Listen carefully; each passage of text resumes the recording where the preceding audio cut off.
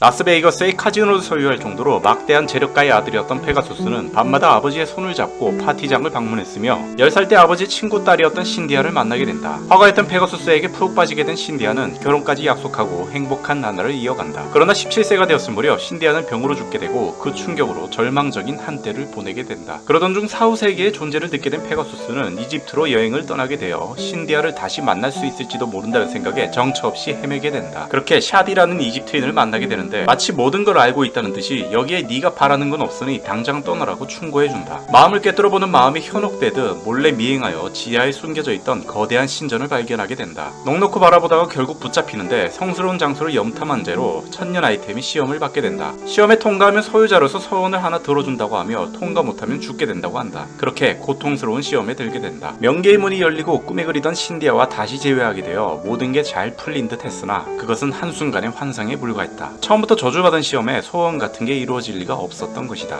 천년아이의 소유자가 된 페가수스는 지하신전에 있던 마물이 그려진 석판을 보게 되고 그것에 영감을 받아 카드 회사인 인더스트리얼 일루전을 세우게 되며 카드 창시자이자 듀얼리스트로서 무패 신화를 기록하고 왕의 자리에 군림하게 된다. 그럼에도 신디아를 잊지 못한 페가수스는 그녀를 다시 만나고 싶은 마음에 카드의 초상화를 가상으로 실체화시키는 기술을 가진 카이바 코퍼레이션을 인수하기로 마음먹는다. 페가수스의 궁극적인 목적은 가상화를 뛰어넘은 신디아의 완전 실체화까지 바라보고 있었는데 당시 카이바 코퍼레이션은 가상 시뮬레이터 기술을 빠르게 진화시키고 있었고 실제로 몇 년 뒤 가상화를 뛰어넘은 궁극의 기술력을 실현시키기까지 했다. 카이바가 유우기에게 패배하면서 정신을 잃게 되자 신뢰를 잃은 회사는 경영 상태가 급속히 악화되었고 그때를 노려 회사를 매수하기 위해 경영 임원이었던 빅5와 비밀리에 협상을 하게 된다. 카이바에게 찬밥 신세였던 경영진들은 배신할 기회를 엿보고 있었기에 손쉽게 페가수스와 손을 잡게 되며 유일한 조건이 회사가 휘청이게 된 원인인 유우기를 쓰러뜨리는 것이었다. 그렇게 듀얼리스트 킹덤을 개최하게 된다.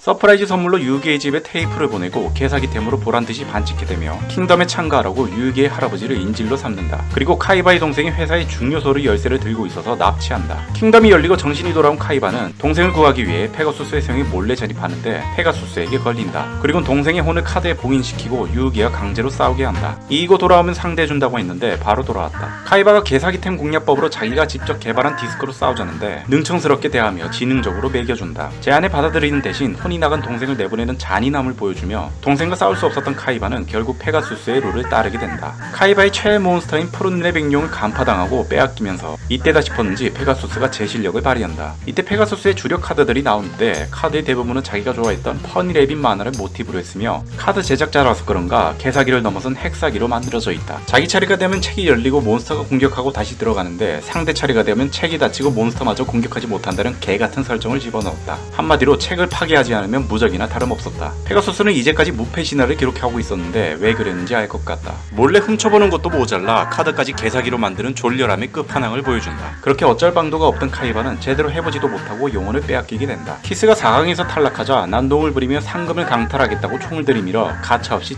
처형시켜버린다. 결승전에서 유우기와 대결하게 되며 역시나 투널들을 꺼내 사기 능력으로 유우기를 조롱한다. 카피캣을 꺼냈는데 몬스터와 대화하는 침묵지를 보여준다. 이 정도면 굳이 카이바 기술력이 없어도 신디아랑 만나서 대화할 수 있을 것 같아. 아무튼 카피캣이 유우기의 데몬으로 변하여 또다시 수치심을 주게 된다. 그렇게 최애 몬스터인 블랙 매지션이 파괴되고 끝날 것 같았는데 유우기는 두 명을 번갈아 체인지하며 페가수스의 스킨을 공략해버린다. 페가수스가 마음을 읽으려는데 뭘 뒤집었는지 보이질 않는다. 주인도 모른다. 그렇게 체인지 공략법에 투널드가 파괴당한다. 멘탈이 나간 페가수스가 죽음의 게임을 시전하고 그전까지 귀여웠던 몬스터가 아닌 흉측한 몬스터를 꺼내게 되면서 본성을 드러낸다. 죽음의 게임인 만큼 정신력이 요구되는데 그렇게 평범한 유우기가 쓰러지고 어둠의 적성들끼리 남게 된다. 한 명이 빠졌으니 다시 스캔을 하려는데 카드가 안 보이고 웬 친구들이 보인다. 주인공 버프가 달달하다. 그렇게 오종의 힘과 주인공 버프로 빌런인 페가수스는 패배하게 된다. 패배에 좌절하여 자기 방에 들어와서는 자기보다 더한 사기템을 가진 유우기를 인정해준다. 영혼이 갇혀있던 사람들을 풀어주고 현타가 온 상황에 갑자기 누군가 침입해와서는 뜬금없이 점을 봐주겠다고 한다. 때마침 혼란스러웠는데 공짜로 점을 봐준다 하니 조용히 듣고 있는데 갑자기 도발을 걸어온다. 카드 많아지만 카드로만 승부 보면 지루해지니 잠시 장르를 바꾸어 빔대기를 해준다. 그렇게 천년아이를 빼앗기고 결국 쓰러진다. 사라진다. 페가수스가 카드 게임을 만들기 시작한 시점에서 신이 그려진 석판의 존재를 알게 되고 여기저기 탐색했지만 삽질만 하게 된다. 삽질만 해대서 측은했는지 샤디가 직접 찾아와 석판의 위치를 알려준다. 그렇게 탐사대와 함께 석판을 잡고 성과를 거두며 미국으로 건너가 신의 카드 제작을 하게 된다. 그러나 제작에 참여한 사람들이 알 수 없는 현상에 빠지게 되며 죽거나 정신 이상을 일으키기도 하는 공포 영화 클리셰로 이어지게 된다. 그럼에도 신의 카드를 완성하고픈 욕심에 혼자서 일러스트를 그리며 강행하게 되는데 아니다 다를까 꿈에서 화가 난 사만신이 분노를 일으킨다. 천년 아이템의 소유자라 그런지 다이렉트로 맞았는데 안 죽었다. 샤디가 네 힘으론 신의 카드를 컨트롤할 수 없으니 고향인 이집트에 봉인하는 수밖에 없다고 알려주고 다시 이집트로 향하게 된다. 그렇게 예지 능력을 가진 이시즈가 3개의 카드를 봉인시켜버리고 후에 신의 카드를 파는 구울즈 집단으로 인하여 배틀시티 편이 열리게 된다. 결론은 이 모든 게 샤디가 일으키고 샤디가 나몰라라에서 벌어진 사건들이다.